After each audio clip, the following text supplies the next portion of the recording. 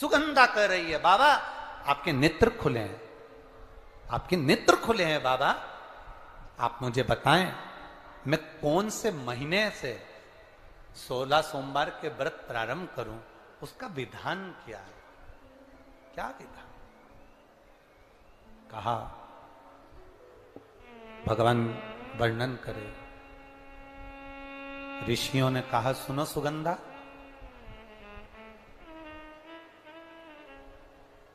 ये 16 सोमवार का व्रत कोई साधारण नहीं है।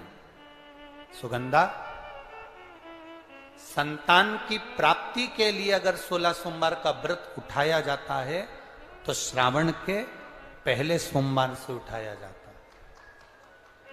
कब से उठाना चाहिए? श्रावण का पहला सोमवार। सुनो सुगंधा, यदि कोई विशेष बीमारी हो गई, बहुत रोग हो गया, तकलीफों में जिंदगी चल रही हो, बहुत कष्टप्रद जीवन चल रहा है, तो बैसाख के महीने के पहले सोमवार से 16 सोमवार का व्रत उठाना चाहिए। और सुनो सुगंधा, उत्तम वर, उत्तम घर, व्यापार, व्यवसाय, नौकरी, पद, प्रतिष्ठा,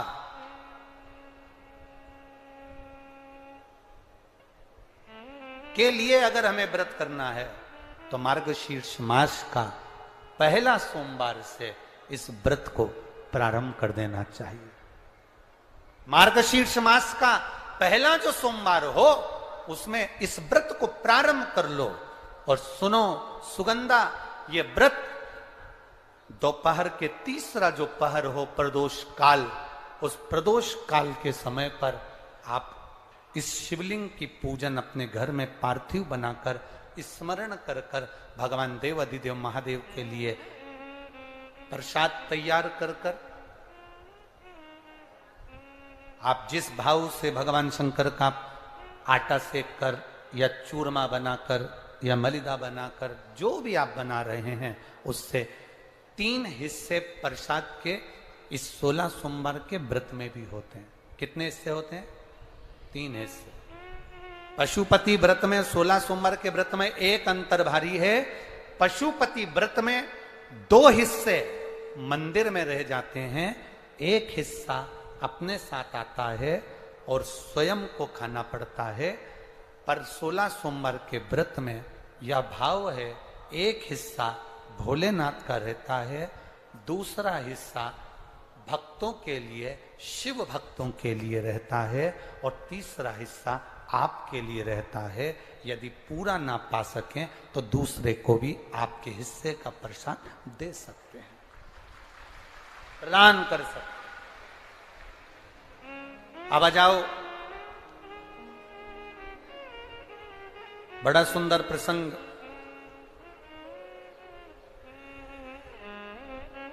नरसिंह पुराण का आता है। एक बड़ा सुंदर प्रसंग आया। 16 सोमवार के प्रसाद को कई माताएं जब 16 सोमवार का उद्यापन करती हैं, 16 जोड़े आमंत्रित करती हैं और 16 जोड़ों को घर में बुलाकर जब भोजन कराती हैं, तो वो 16 जोड़े जो भोजन करने वाले होते हैं या 16 सोमवार के उद्यापन, हम तो आपसे यहां तक कहेंगे कि 16 सोमवार का उद्यापन अगर किसी के यहाँ मोहल्ले में, कॉलोनी में, घर में किसी के यहाँ हो रहा हो तो उसके यहाँ आप भोजन भंडारा खाने के लिए जाओ चाहे मत जाओ, पर 16 सोमवार का अगर प्रसाद का उद्यापन का अगर प्रसाद मिल जाए तो दोनों हथेलियां फैलाकर श्री शिवाय नमस्तुभ्यम कहकर, ओम नमः शिवाय बोलकर, नमः शिवाय बोलकर अपनी कामना कर कर, किसी के अगर उद्यापन हुआ हो, दोनों हथेलियां फैलाकर उससे थोड़ा सा प्रसाद मांगकर उसी के दरवाजे पर खाकर आ जाइए, आपकी जिंदगी को सुख का अनुभव हो जाए। तो कोई पूछे ये कथा कहां से ली, तो आप बता देना नरसिंह पुराण में यह वर्णन आता है। कौन से पुराण में है? नरसिंह पुराण में वर्णन आया कि एक बहुरोमा नाम का एक दैत्य था, एक असुर बहुरोमा।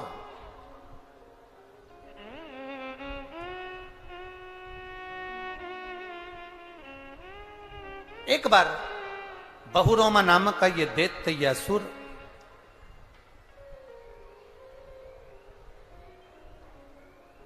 मार्ग से निकल कर जा रहा था और किसी एक ऋषिवर ने, एक गुरु ने, एक संत ने उस बहुरोमा दैत्य को देखा। नरसिंह पुराण का चरित्र। कोई आपसे पूछे कि 16 सोमवार के व्रत का प्रसाद का महत्व क्या है, क्या महत्व?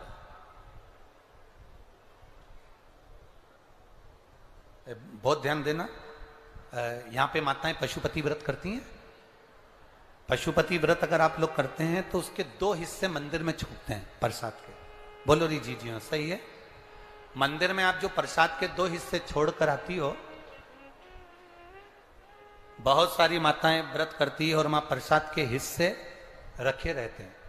मंदिर का पुजारी हो, मंदिर के पंडित जी हो, या मंदिर की कोई नारी, कोई पुरुष, कोई बच्चा, कोई बड़ा, उस प्रसाद को एकत्रित कर लेता है और उस प्रसाद को जो भक्त लोग दर्शन करने आते हैं, जिनका पशुपति व्रत नहीं रहता, या जो दर्शन करने आए, या गांव के बच्चे हों, नगर के बच्चे हों, कॉलोनी के बच्चे हों, उनको वो प्रसाद जो वितरण किया जाता है, शिव महापुराण की कथा कहती है, हजारों हजारों अश्वमेध यज्ञ का जो फल प्राप्त होता है, वो मात्र वो प्रसाद के वितरण से और उसके पाने से प्राप्त हो जाता है।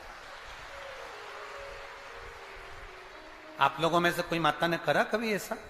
अगर कोई प्रसाद चढ़ाकर गया पशुपतिनाथ व्रत का, 2 हिस्सा छोड़कर गया, और बहुत सारी माताओं ने छोड़ दिया और वो सब चली गई, उसके बाद वो प्रसाद रखा रहता है, तो उसको एक तसले में, एक पात्र में एकत्रित करना चाहिए और उसको बांटना। हजारों अश्वमेध यज्ञ के फल के बराबर वो पुण्यता पशुपतिनाथ के व्रत को वितरण करने की, उसको पाने की।